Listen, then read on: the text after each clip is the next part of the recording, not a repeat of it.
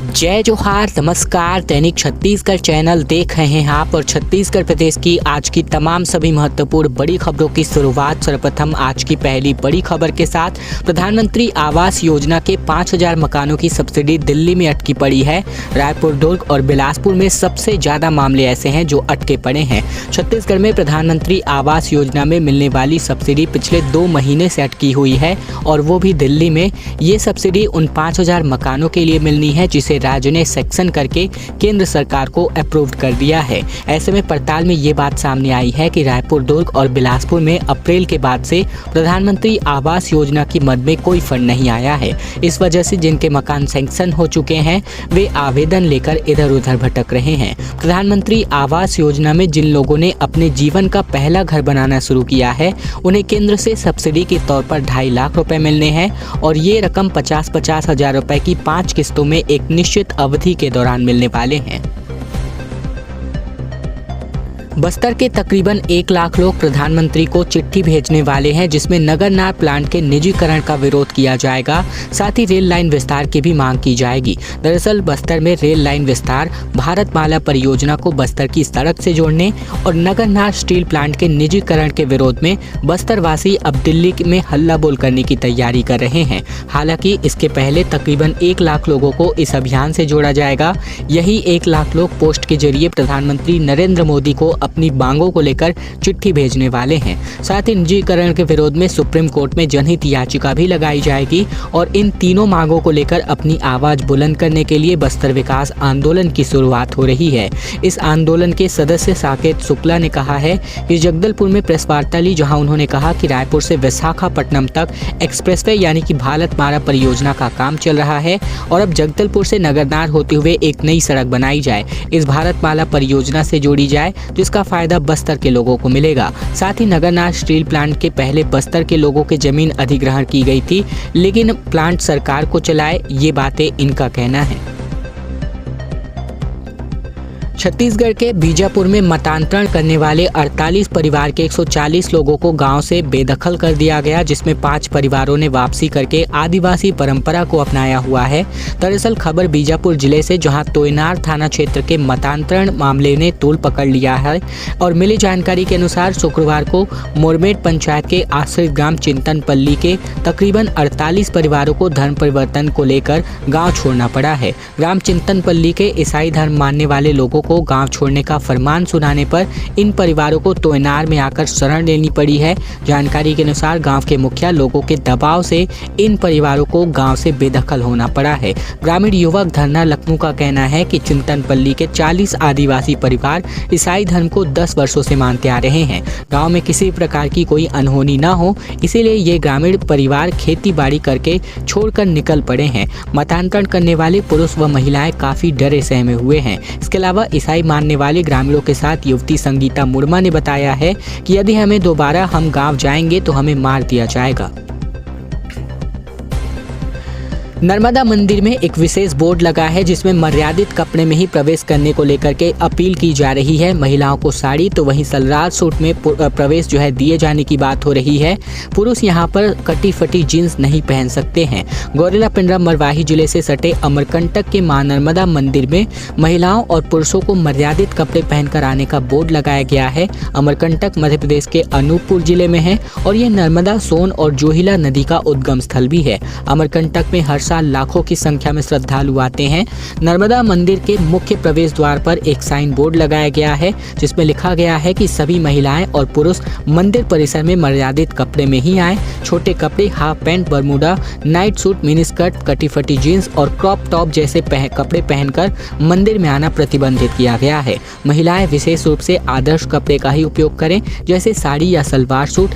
Board पर लिखा गया है आदेशानुसार नर्मदा मंदिर उद्गम ट्रस्ट एवं समस्त पुजारीगण। छत्तीसगढ़ से होकर गुजरने वाली 22 ट्रेनें एक बार फिर से कैंसिल की गई हैं और इस बार 31 अगस्त से लेकर 8 सितंबर तक ये गाड़ियां नहीं चलेंगी। बरौनी गोंदिया डाइवर्टेड रूट से चलने वाली है। रेलवे ने बिलासपुर मंडल से कटनी रूट पर शहडोल रूपौन सेक्शन में बधवा 12 रेलवे स्टेशन में तीसरी लाइन विद्युतीकृत और नॉन इंटरलॉकिंग काम के चलते 22 ट्रेनों को कैंसिल कर दिया है। ये गाड़ियां 31 अगस्त से 8 सितंबर तक नहीं चलेंगी। इनके अलावा कई गाड़ियों को परिवर्तित मार्ग से चलाई जाने की व्यवस्था है। रक्षाबंधन को देखते हुए बीते दिन रेलवे ने नॉन इंटरलॉकिंग काम के चलते बंद किए गए 7 ट्रेनों को बहाल किया था और इससे यात्रियों को राहत मिलने की उम्मीद जताई जा रही थी। लेकिन इस फैसले के महज कुछ घंटे बाद से ही रेलवे ने कटनी रूट पर चलने वाली तकरीबन 22 ट्रेनों को कैंसिल करने का फरमान जारी कर दिया है। मंत्री कवासी लखमा ने महिलाओं को साड़ियां बांटी, जिनका वीडियो सोशल मीडिया पर खूब वायरल हो रहा है। इसके ठीक एक दिन पहले मंत्री का जो है बीड़ी फूंकते हुए एक वीडियो जो है सोशल मीडिया पर वायरल हुआ था, जो अभी भी वायरल चल रहा है। छत्तीसगढ़ के आबकारी मंत्री कवासी लखमा का एक और वीडियो सामने आ रहा है। इस वीडियो में वे गाँव के ग्रामीण महिलाओं को साड़ी और पुरुषों को लुंगी साथ ही कपड़े बांटते हुए दिखाई दे सकते हैं। कई सवाल यहाँ पर ये खड़े कर रहे हैं, जहाँ इस पर विपक्ष ने भी तंज कसा है। पूर्व कैबिनेट मंत्री महेश ने कहा कि मंत्री लखमा ने अपने विधानसभा क्षेत्र में स्थिति ठीक नहीं है, इसलिए वे ग्रामीणों को कपड़े बांटकर वोट खरीदने की कोशिश कर रहे हैं। छत्तीसगढ़ में विधानसभा चुनाव को अब केवल चंद ही महीने बचे हुए हैं। ऐसे में कांग्रेस और भाजपा के नेता अपने अपने विधानसभा क्षेत्र का लगातार दौरा कर रहे हैं। जनता के बीच अपनी पकड़ को मजबूत करने के लिए एकजुट हुए हैं। आबकारी मंत्री कवासी लखमा भी पिछले कुछ ही दिनों से अपने कोंटा विधानसभा क्षेत्र के अंदरूनी गांवों तक जा रहे हैं। गांव-गांव बैठक ले रहे हैं और बताया जा रहा है कि पिछले कुछ दिनों के अंदर कवासी लखमा ने पिडमेल, भेज्जी, किष्टाराम, रामाराम समेत अन्य गाँवों का दौरा भी कर लिया है। वोटिंग परसेंटेज को बढ़ाने के लिए 61,000 नई दुल्हनों का सम्मान होगा। संविदा कर्मचारियों की चुनावी ड्यूटी नहीं लगेगी।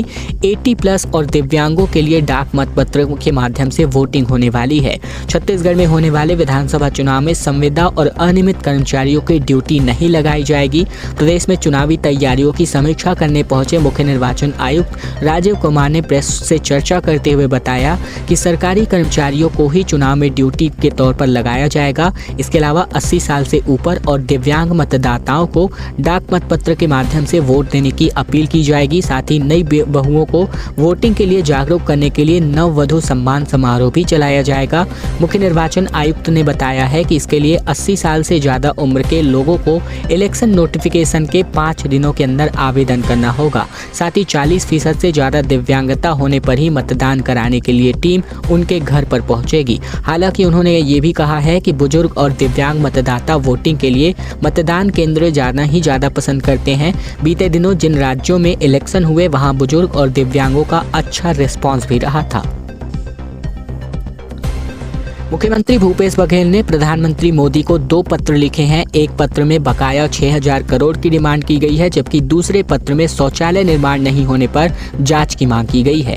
मुख्यमंत्री भूपेश बघेल ने प्रधानमंत्री मोदी को पत्र लिखा है, जहां छत्तीसगढ़ से जुड़े मसलों को लेकर 2 पत्र लिखे गए हैं, जिसमें पहली चिट्ठी भूपेश बघेल ने छत्तीसगढ़ के 6,000 करोड़ की बकाया राशि केंद्र सरकार से मांगी है, जबकि ODF के बावजूद प्रदेश के 15 लाख परिवारों के शौचालय रहित होने पर निर्माण प्रोत्साहन राशि 12,000 से बढ़ाकर 30,000 रुपए करने की मांग की गई है।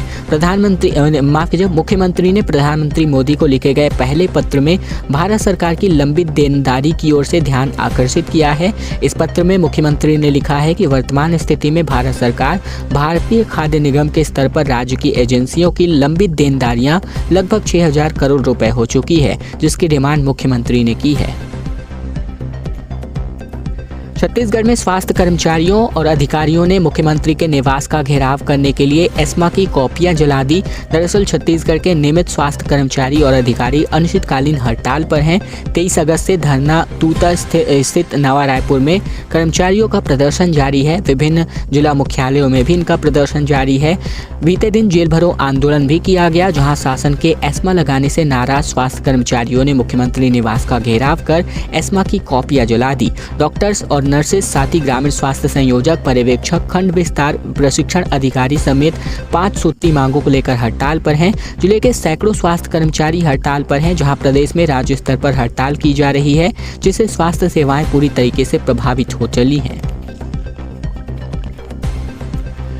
भाजयुमों ने कांग्रेस मंत्रियों का मुखौटा पहन करके बारात निकाली, जहां शराब की बोतलों के साथ जम करके ये भाजयुमो कार्यकर्ता नाचते नजर आए। दरअसल भाजयुमो ने कांग्रेस सरकार के खिलाफ अपना मोर्चा तेज कर दिया है, जहां अनोखे विरोध प्रदर्शन के तौर पर इनका प्रदर्शन जारी है। बीते कुछ दिनों में आपको छत्तीसगढ़ के रायपुर की सड़कों पर जो है गड्ढों पर यमराज जी घूमते हुए दिखाई दे रहे हैं, जहां पर यमराज के भेष में भाजयुमो के कार्यकर्ता प्रदर्शन कर रहे हैं। इसी कड़ी में बीते दिन शहर में कार्यकर्ताओं ने एक विशेष बारात निकाली, जहां कार्यकर्ताओं ने ठेलों पर रेत, कोयला, शराब, जुआरी और गोबर सजाकर घोटालों का प्रदर्शन किया। रामबाग तक निकाली गई इस बारात में शामिल हुए बारातियों को शराब की खाली बोतलों को हाथ में लेकर नाचते हुए तो वहीं जुआ खेलने का प्रदर्शन करते हुए दिखाया गया है। सितंबर माह में अरविंद केजरीवाल का बस्तर दौरा है। ऐसे में आदिवासियों और किसानों के लिए 10वीं गारंटी जो है मुख्यमंत्री अरविंद केजरीवाल देने वाले हैं। आम आदमी पार्टी के संयोजक और दिल्ली के मुख्यमंत्री अरविंद केजरीवाल अगले महीने छत्तीसगढ़ आ रहे हैं और बताया जा रहा है कि 16 सितंबर को बस्तर का दौरा इनका हो सकता है। हालांकि दौरे के तारीखों की पुष्टि अभी नहीं हो पाई है। रायपुर में 9 घोषणाएं इनके माध्यम से की जा चुकी है और हो सकता है कि 10वीं गारंटी जो किसान और आदिवासियों से जुड़ी है उनका वे ऐलान कर सकते हैं। पिछली सभा उन्होंने रायपुर में ही की थी, तब उन्होंने 10 गारंटी दी थी, जिनमें से उन्होंने 10वीं गारंटी की पूरी जानकारी अगली सभा में देने की बात कही थी। बस्तर में होने वाले विधानसभा चुनाव में, इसके अलावा बस्तर में होने वाली सभा में उनके साथ पंजाब के मुख्यमंत्री भगवंत मान और छत्तीसगढ़ प्रदेश प्रभारी संजीव झा भी मौजूद रहेंगे। आम आदमी पार्टी के कार्यकर्ता तैयारियों में भी जुट गए हैं। पार्टी के सूत्रों के मुताबिक बस्तर के संभागीय मुख्यालय जगदलपुर के लालबाग मैदान में विशाल आम सभा आयोजित होगी।